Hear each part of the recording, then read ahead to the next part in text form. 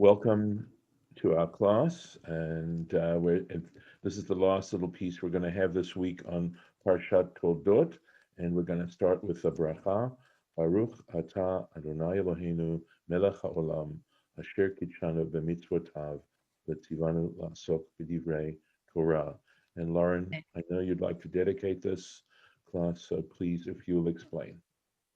I wanted to dedicate this to the memory of David Bick, who died of cancer yesterday, and he was probably about 60 years old and a very talented and compassionate doctor, as is his wife, and a very good person, good family, and I guess they're having a funeral today. I'm not sure.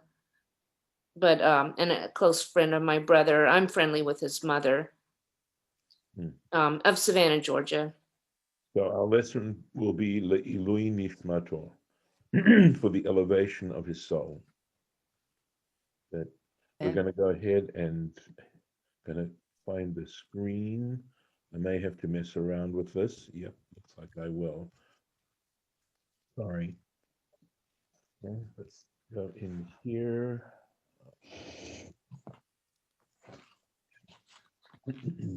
Ooh, what happened to the sunshine? When I was out raking leaves at 8 o'clock this morning. It's here in California now. I guess so, because it is not here. It's another beautiful day in Santa Rosa. We've had some really, really, really beautiful days. Well, we're going to have temperatures near 70, so it's not bad. All right,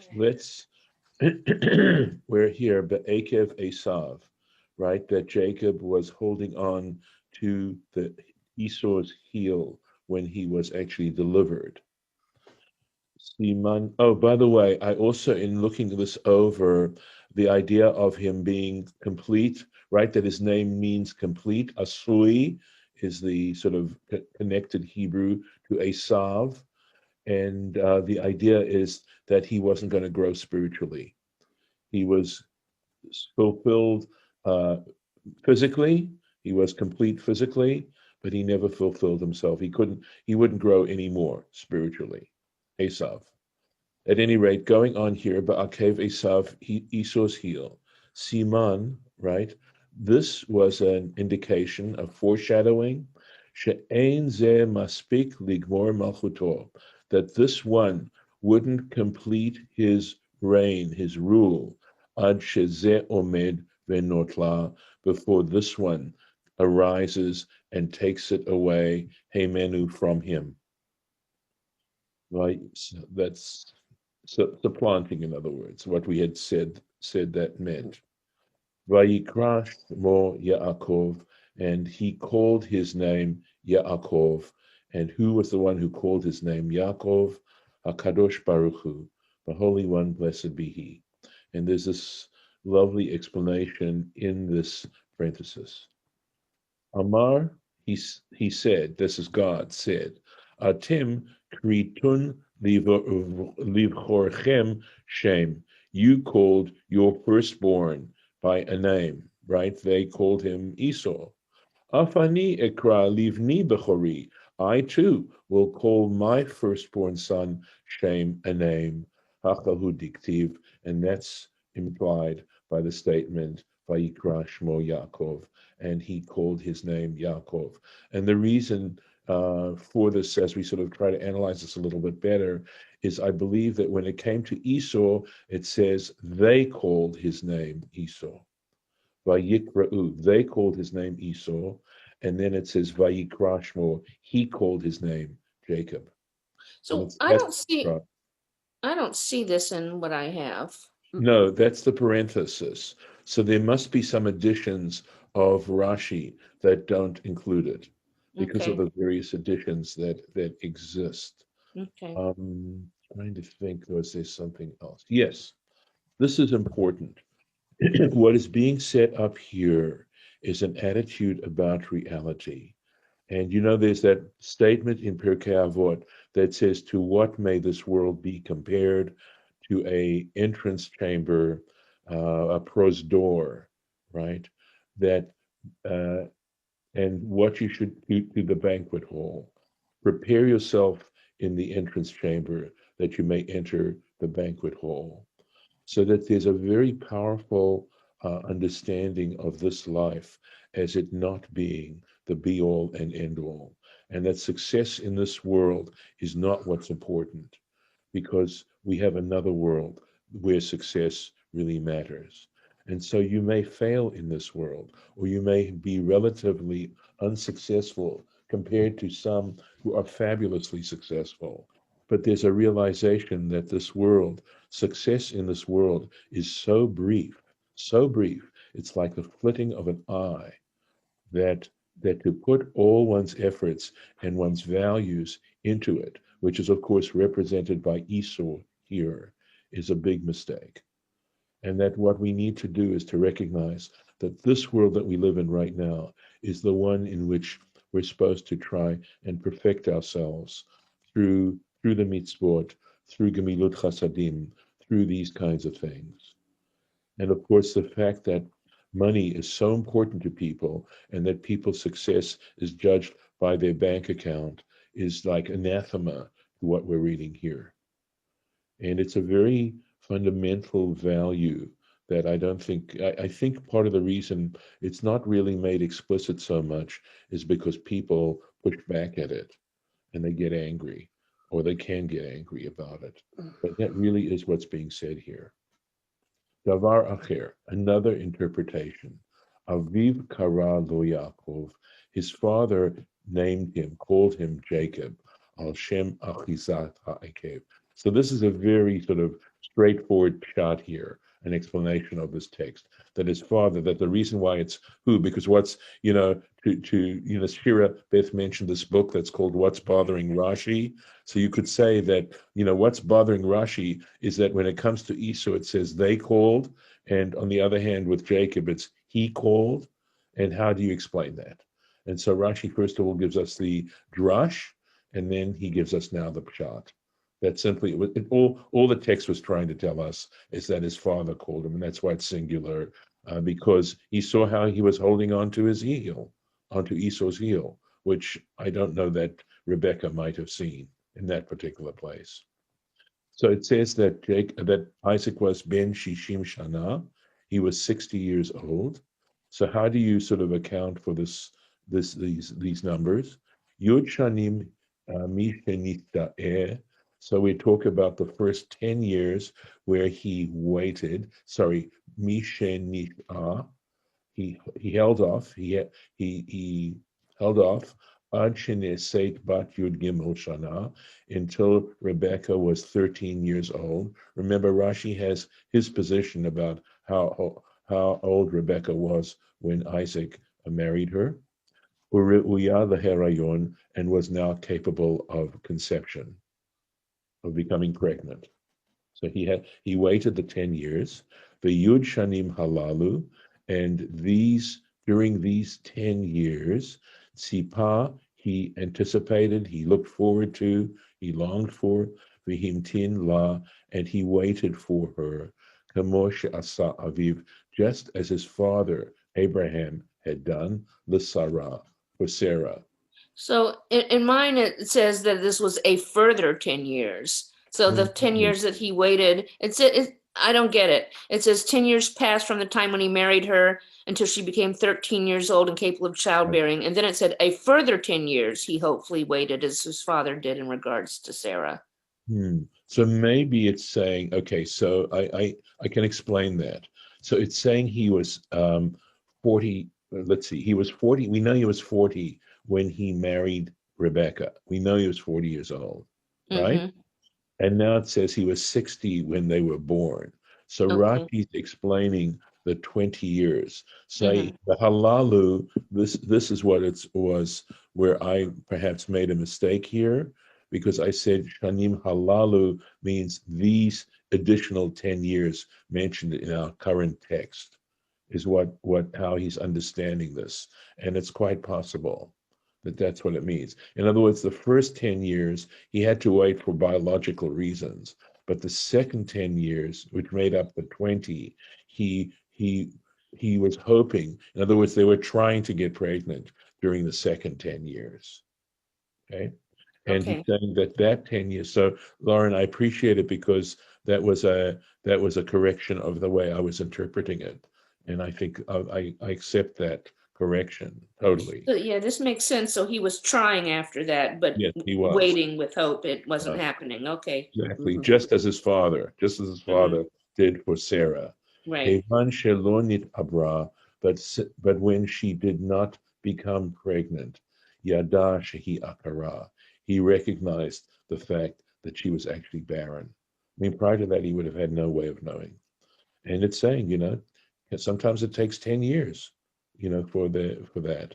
Vehit palel aleha. So now he prayed for her. Veshipcha. Okay, period. Part of the issue here is that there are no punctuation marks. That's period right here.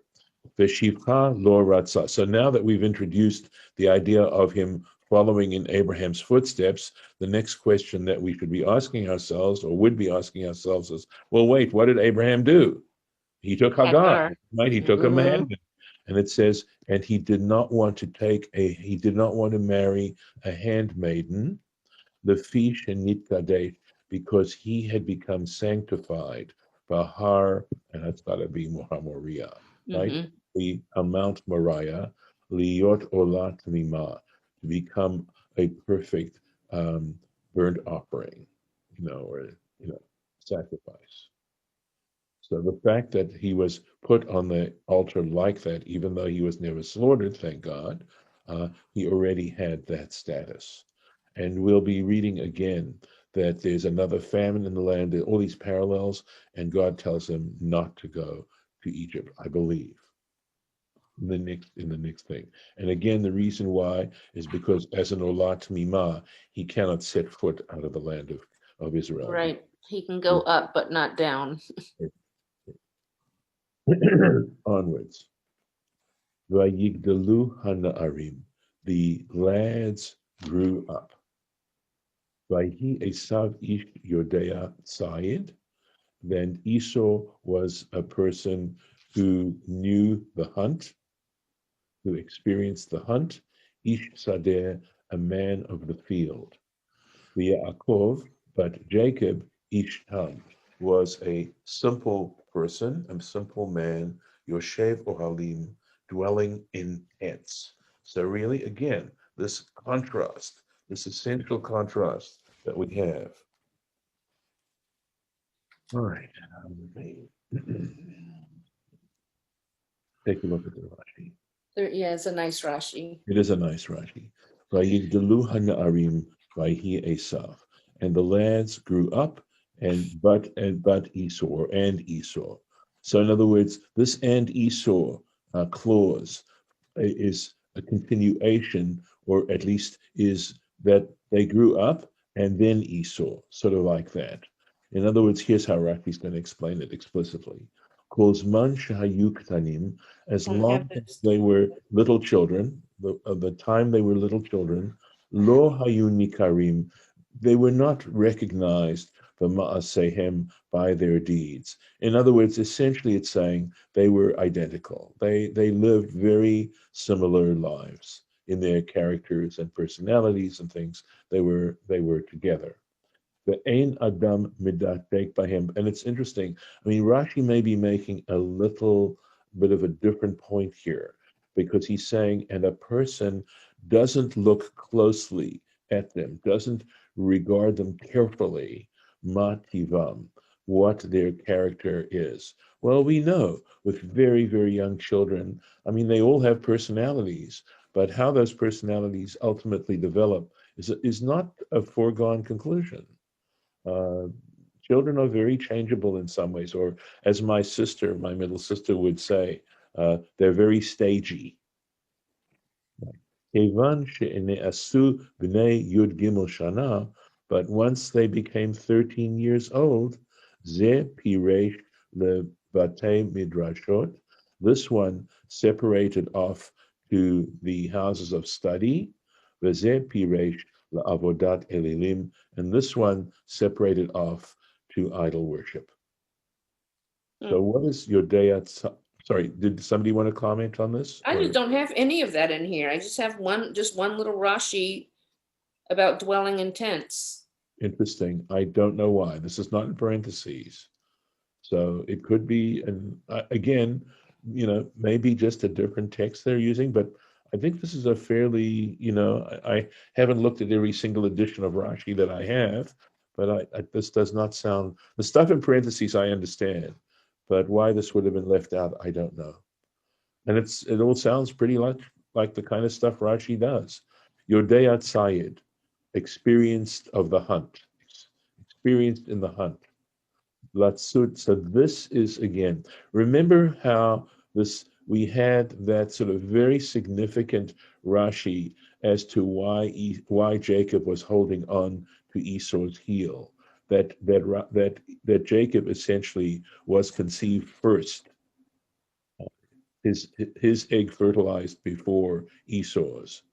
That particular issue, and how the fact is that Jacob really was the Bechor, but not the way they were born. So here we go. This is to hunt. Very interesting here. Latsud uleramot et aviv befiv.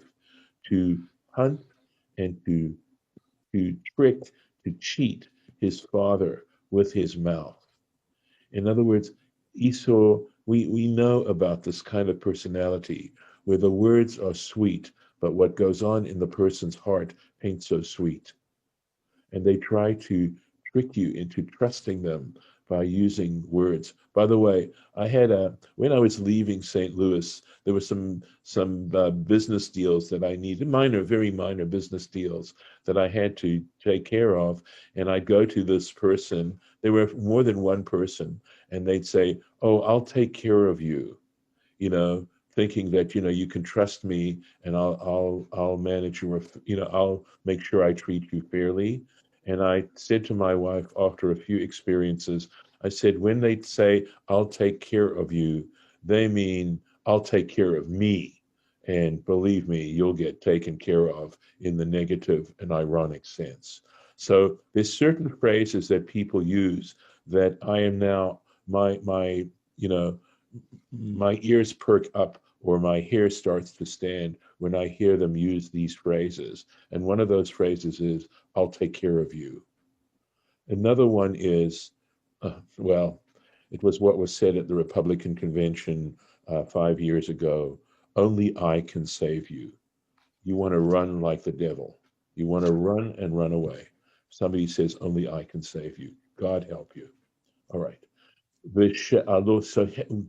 Rashi now gives an example again. This business of giving a dog a bad name and hanging him. If you're going to say that we're going to understand this, knowing the hunt, experiencing the hunt, and we're saying, well, by hunt we mean hunting out people, hunting out his father. You better give me an example. So here's the example. Usha'alo, and he said to his dad, "Abba, Daddy, hey, ma'asrin et hamelach." How does one tithe salt, ve'et hateven, and straw? How do you tithe salt and straw? And the reality is that you don't tithe straw or salt. So when he's asking, well, how do you tithe salt and straw? It's like, oh my gosh, here's a person that is willing to tithe something that you don't even have to tithe. Gosh, how pious they are. His Savur Aviv, so his father had the impression or was convinced Shehu midatek b'mitzvot, that Esau is really punctilious about following mitzvahs, getting down to the even mitzvahs that you don't have to do. He's so concerned about following mitzvahs. And this is from the Tanhuma, from the Midrash Tanhuma. Ish Sadeh, a man of the field. Kamashma'o. Rashi says it's what it says. He was out in the field. Adam, a person, batel. He doesn't do a job. He's not someone he's sort of at leisure. V'tzodeh, and he's out hunting v'kashto with his bow, chayot ve'ofot, animals, and birds. So we know that, at least in general, within Jewish tradition, hunting, being a hunter, when you're really basically, where some of it's the sheer pleasure of killing animals, of outwitting animals and killing them, is not a Jewish value. It's considered the value of Esau. So how about Jacob? Simple. This is interesting. Eino baki b'chol ela. He has no expertise in any of these things. Kilibo kein piv. What is in his heart is in his mouth. Open lung is open tongue, is what they say in Yiddish. You know what they're thinking. You know what because they're saying it. So, mi she'eino charif laramot, someone who isn't super good at cheating, karui tam, is considered simple. I remember there was this show about these monkeys that said that they were smart enough to know how to cheat each other, how to steal from each other. I mean, the saddest part is that some of the stuff that goes on the internet where people are cheating takes a lot of intelligence to figure out how to do it. And look at where they're directing their intelligence. Imagine to yourself if their hearts were in a different place, what good they could do in this world. And so I think it really does start with a person's heart. And the rest of it just sort of follows with the intelligence that we have. Yoshev Ohalim, remember it said he was a dweller of tents. Eholo shel Shem v'Oholo shel Aver. The tent of Shem and the tent of Aver. And we That's already... the only one I had. Really? Mm-hmm. Well, what can I say? It's good we have this class, right? I mean, that's a lot of good stuff to leave out. So the tent of Shem and the tent of Aver is basically, when it's referring to that, they according to sort of this folk tradition, were they were the equivalent of rabbis, and they had yeshivas, so they studied. And I realize that that expression is anachronistic, but I don't find it unbelievable, okay, or past belief that there were people who wanted to meditate and wanted to think deeply about life. I don't think that's something that just happened in the last 1,000 years or 2,000 years. I think that there've always been people who would ask themselves, what is this life about? Why are we alive? Why did we come into this world? So I think this is where I'm happy to open this up. I'm going to stop the share and let you, if any of you have any thoughts or comments, I would love to hear them. Yeah, Golda? Yeah. I see a correlation between Esau, Ishmael, and Abel. Abel or Cain? Cain was the tiller of soil, correct? Yes, he was. And Abel made the sacrifice of a sheep. Yes, or but something. he was not a hunter. He was not a hunter. Yeah. Particular Okay, so maybe context. not Abel, which is fine. And I've kind of thought about that in my head too, that Okay. might not work. But That's okay. we haven't really talked about hunters except for Correct. Ishmael. We did one time, remember? I think Nimrod was known as, and I think they used that Gibor Sayed. Okay. I don't think I was working with you when that. No. Okay. Back in Genesis, and we wouldn't have even touched it because we get Okay. so, as you can see, how much of this we managed to actually get into is very. Yeah, I flip back and forth when we're doing this, and Right. then yeah, and then Yeah, but there's so that because they're like they know how to live out in the world, out in the wilderness. They can still do what they need to do and still survive. Well, there we go. I think you just hit the word, Right. which is, that the term survivor has more than one connotation attached to it. Sure. There's they're good and bad, but yeah, correct. Correct. yes, No question about it. And there's the idea of using your wits, right?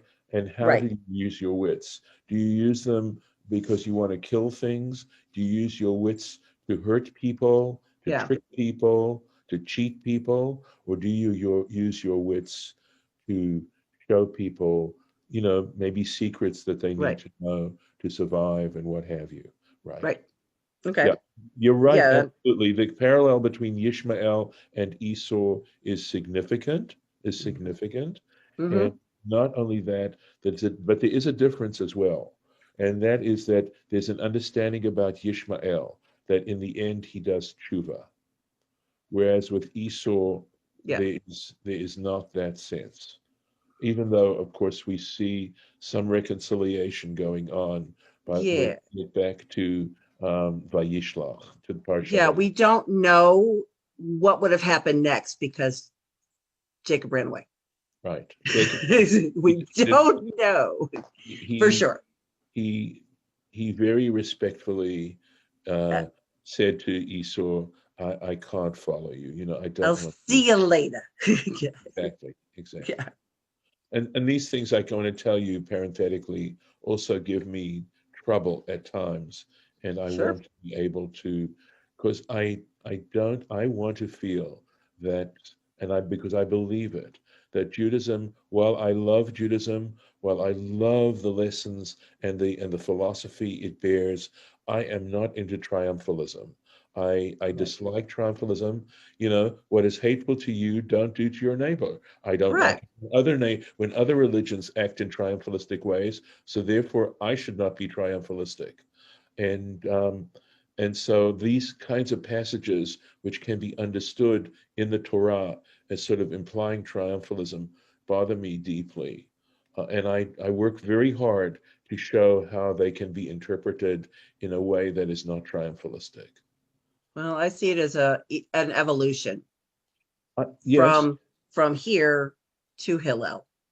Okay. It's like Yeah. takes Okay. time to come to that realization. Maybe so. On the other Yeah. hand, because I have such I assume, I make this assumption that the Torah has all the wisdom there, and it's a question of how you mine it out, right? Mhm. Is that so it's there, and in a way, it's checking your heart.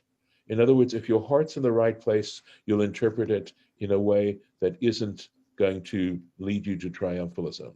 And I think that assuming that other religions, formal religions, practice idolatry, I think is unfair. And comparing, say, Christianity and Islam or Buddhism or other, Hinduism as the kind of idolatry that they're talking about in the Torah, I think is making a mistake. And I Mhm. think people who worship money actually are the idolaters. But then having this sort of anathema that comes out of the Torah, I think the anathema is to idolatry and not necessarily to the idolaters. Okay. And nor do I want to go around labeling people. I don't want to do that. Again, these are things that I find very disturbing and ugly Mhm. and And I unhelpful, by the way, and unhelpful. and I need Yes. to say something about Buddhism. There is no God in Buddhism. There are statues of people, but they're not worshipped, just as we have, artistic representations of different people over our history. So but Buddhism has no gods before them, period, and Right. all is one, period. Just Yes. wanted to say that. I understand. So the way and thank you for sharing that. So my understanding is that whenever you really start to look into what it means to believe in God, right? It's so unclear. So there's like a spectrum, and on the one side of the spectrum you have Buddhism that doesn't want to talk necessarily about one supreme deity, because from the Buddhist perspective, you're already off the mark there. On the other hand, you have Christianity that is willing to have a human being be divine in terms of how, how Christianity, at least since the Council of Nicaea, determined the nature of Jesus.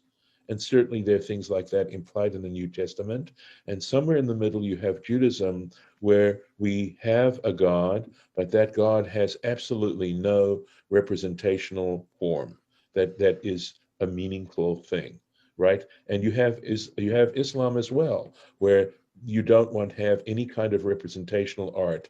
And my sense is that it has more to do with human psychology and levels of comfort and culture and things like that, because you're dealing now with subjects that on some levels are ineffable.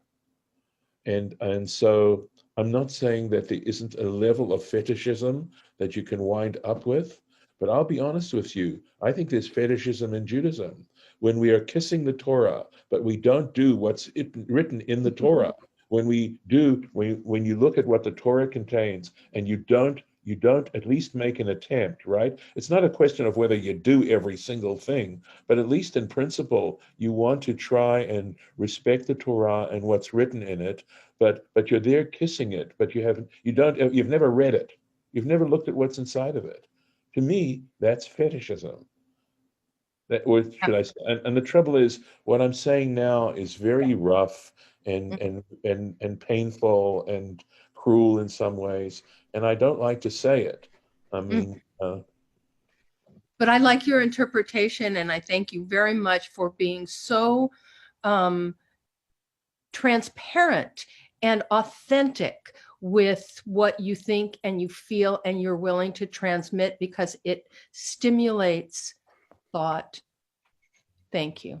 But Buddhism does believe in gods, but it doesn't believe in a monotheistic creator God.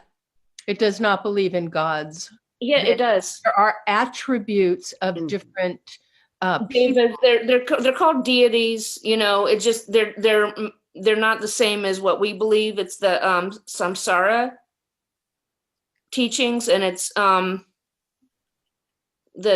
DEVA devas. They're deities. They're just not like a big, giant, powerful, monotheistic creator God. Lauren? Yeah, it doesn't believe in God. semantics. No. It's more like angels. They're just like we believe in, Moses having done certain things, so that we, his attributes and certain No, other. Moses isn't a deity, though. Well, Prophet. This think it's really requires semantic careful. also. Lauren, you and I'll talk about it.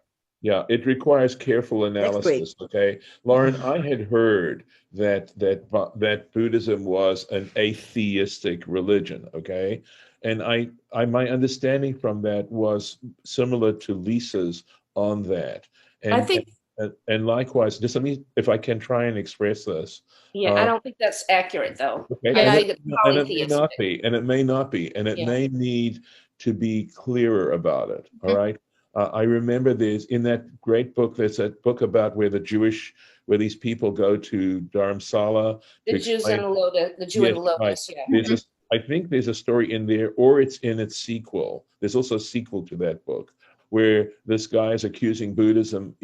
He's talking to some Buddhist Lama about all the various representational gods, quote, quote. And the Lama says to him, that's meaningless. He says, we don't really think there's any intrinsic power to these things. And he takes one of these statues, right, and he smashes it in front of him to prove that it's not that. So the question is, I think, if I could try and be helpful, try to be helpful, is that when we sort of look at these things as deities, how do we understand deity there in contrast to how we understand, deity when it comes exactly. It's a completely different type of concept. It's not an omniscient. It's not an omnipotent. It's not immortal. It's not, all moral. It's not the same concept as a monotheistic God at all. Right. But I want to say one more thing about what you said, Mordecai. Or even as a Greek God. It's not atheistic. I disagree that it is atheistic. Yes, I believe it's Yeah. I do. polytheistic, but I don't believe it's semantic. But I do believe that there's a Western kind of popular thought about it that sees it as atheistic because it doesn't have the type of God that we consider God. You know, Yeah. people wouldn't call it, Right. call him, you know, Buddha's not a God. Right. But- Exactly. No. I think But- he's a deity. Right. So it's 8:06 or 10:06 your time. We're going to have to get Yeah. started. And, you know, in a way, I wish we had an hour to do what we're doing, you know, and that we could actually get through the Parsha, you know, do us an aliyah. Nah, we wouldn't get through it. By the way, I'm Oh, switching to Chabad because Chabad has all the Rashi commentaries and Sefaria doesn't. So Okay. Cool. Let me say Shabbat Shalom. Thank you, guys. It's great doing this. And I will see you, some of you, in another week. Right. Enjoy your week off. So Yeah. I will have to try. No, do it. All right. get to I sleep. command you. No. Thank you. And I thank God for the fact that we're able to do this. I'm so grateful to be doing this at this point. Would you like to stop recording us? Yeah, let me stop the recording. Sorry, I gotta find my cursor.